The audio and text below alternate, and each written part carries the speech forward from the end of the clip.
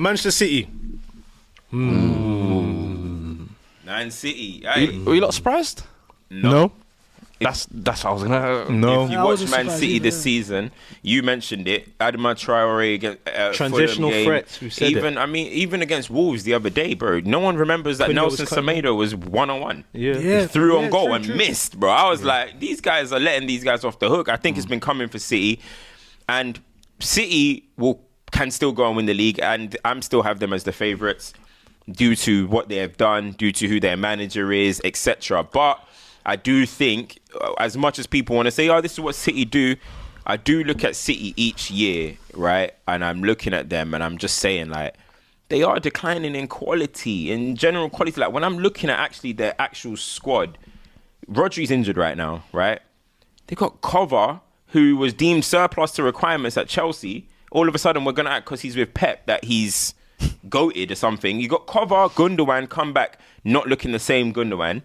They've got Bernardo, who for me, I think he's just getting away with it. He's just like a passenger. He's just getting away with it. And then you actually look at their attack. You look at their attack. Grealish does not score goals. Savio does not score goals. No. Doku does not score goals. It's literally Vardy. It's Haaland or bust. their biggest Goal, though. offensive threat. It's Erling Haaland up there. Obviously, they still have the top end quality of Haaland. They still have the top end quality of KDB when he comes back.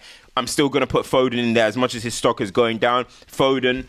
But even him, not at it at the moment. But I'm just looking on a paper point of view. Like, I'm looking at this City team and I'm like, I think a lot of the times we look at these players sometimes through the Pep lens. Like, if Pep has them, It'll be no good. matter what, It'll it's all going to be good. But actually just take off them Pep lens a little bit. And you look at the Man City squad and it's like, it's a good team, but it's not nothing to scream and shout about, man. So when people are saying, oh, we can't win the league because of Pep, I'm like, nah, you're just making excuses that your team couldn't get it done.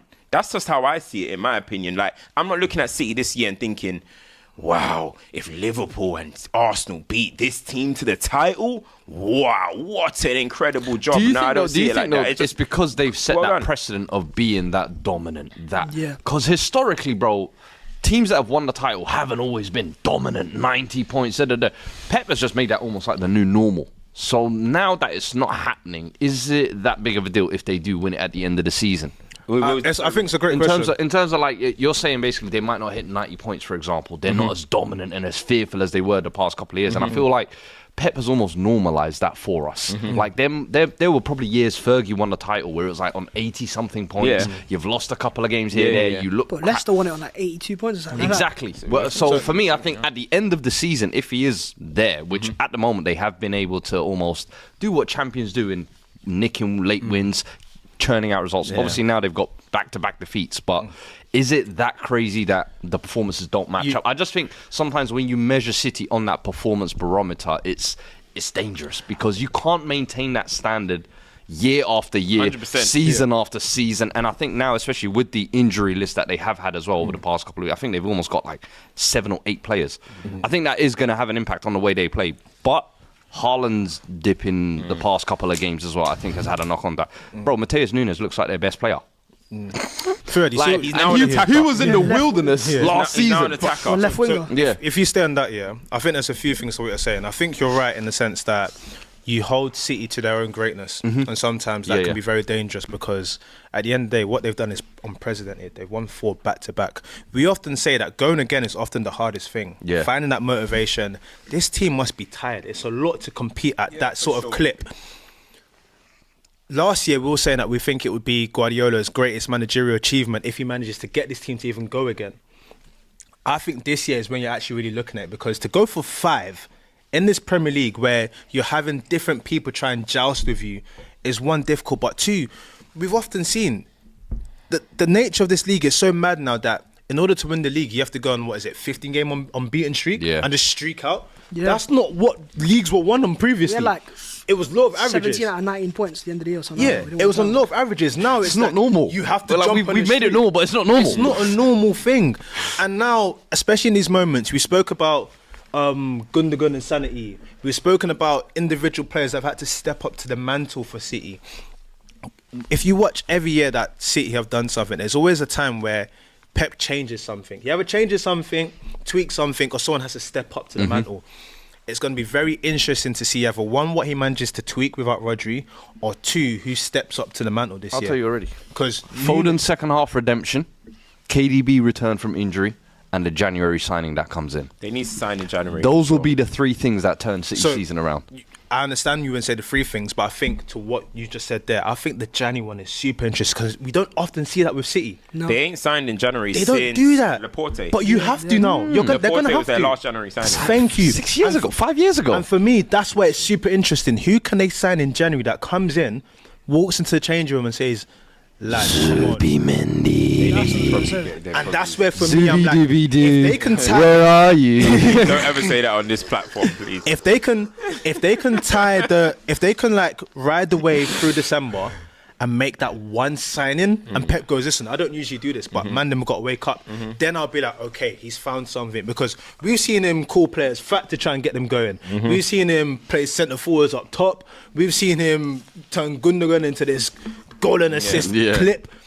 There's going to be something, and I genuinely think it's going to be the January signing because he's running out of options now. He hasn't done what like City. One thing is that they're becoming very easier to play against. Yeah. You know what I mean? Semenyo was running through them like they're not even there. And that's because their midfield obviously is Gundogan and Kovar. They ain't got the legs for it no more. So as soon as they turn the ball over or anything like that, teams are going in on goal on them. Like there's so many times that you're seeing teams actually in on goal. Yeah. But I do think City, I said it, I think City this summer, if Pep stays, whatever happens this year, I think they need to start going for, like, I think they've gone in this market. City have started signing, obviously since they signed Haaland.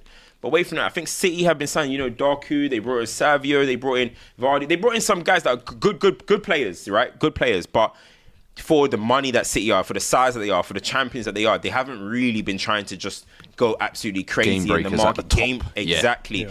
And I think they now are going to have to go for a Musiala, a Wirtz.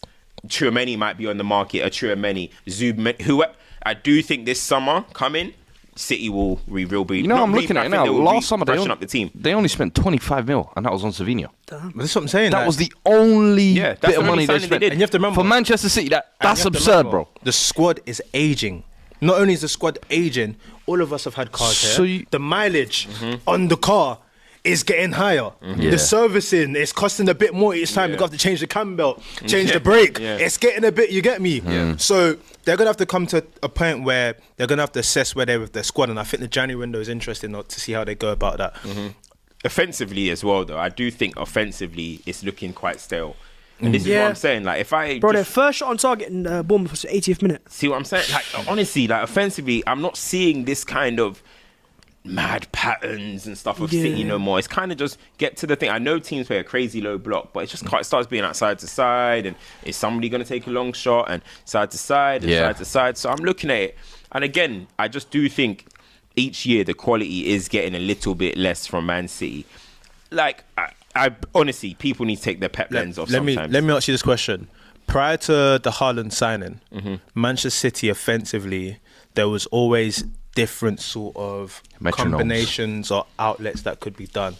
Obviously, when you sign someone like Haaland, it's guaranteed that he's going to start week in, week out and be your centre forward.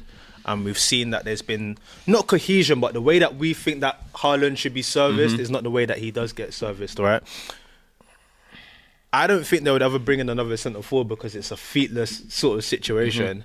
Then it then goes to the conversation of the people that are supplying him, but they've brought in a Savinho and Doku. So realistically, what do City do to change that situation? I don't think City will have any sentiment.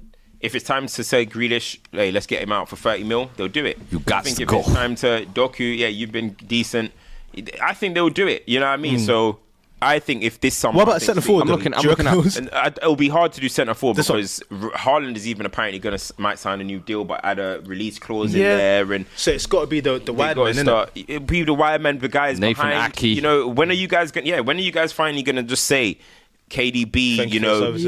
not even sell him, but like, yo, we can't be Yeah, relying on criteria, you the way yeah. you are. His body's breaking down, man. The guy gets injured a lot now. We're talking about Mo Salah, who's ever present. We can't call KDB ever present. We know his quality, and you probably hope in a Champions League quarters or semis he can deliver you through there, but 38 games in a season now, 60 games that these teams play. KDB's body's breaking down a little bit, and it is what it is. So they're gonna have to get someone in that kind of role. But then that's where we're always saying we gave him the praise last season. Phil Foden, you're meant to take the mantle. This season, he's looking a bit. He's like he's got the hangover from what happened at the Euros, the poor performance of the Euros. So he's gonna have to step up. I do think he was decent. I do think, to be fair, he was decent.